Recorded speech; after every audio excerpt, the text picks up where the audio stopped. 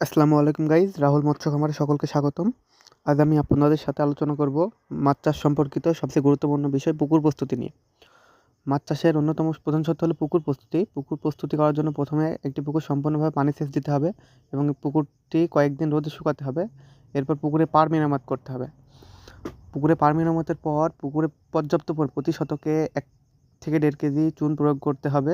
এতে পুকুর থেকে রোগ জীবাণু দূর হবে এবং এর পাশাপাশি চুন প্রয়োগের কয়েকদিন পর পুকুরে রাসায়নিক সার প্রয়োগ করতে হবে।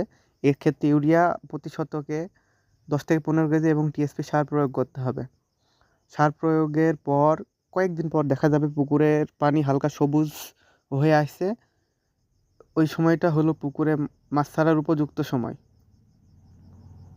পুকুরে মাছ যখন দেখা যাবে পুকুরের পরিবেশ পানি সবুজ হয়ে আসছে, ঠিক সেই সময় পুকুরে যদি সম্ভব হয় নেট দ্বারা নেট দিয়ে তারপরে পুকুরে মাছ ছাড়া।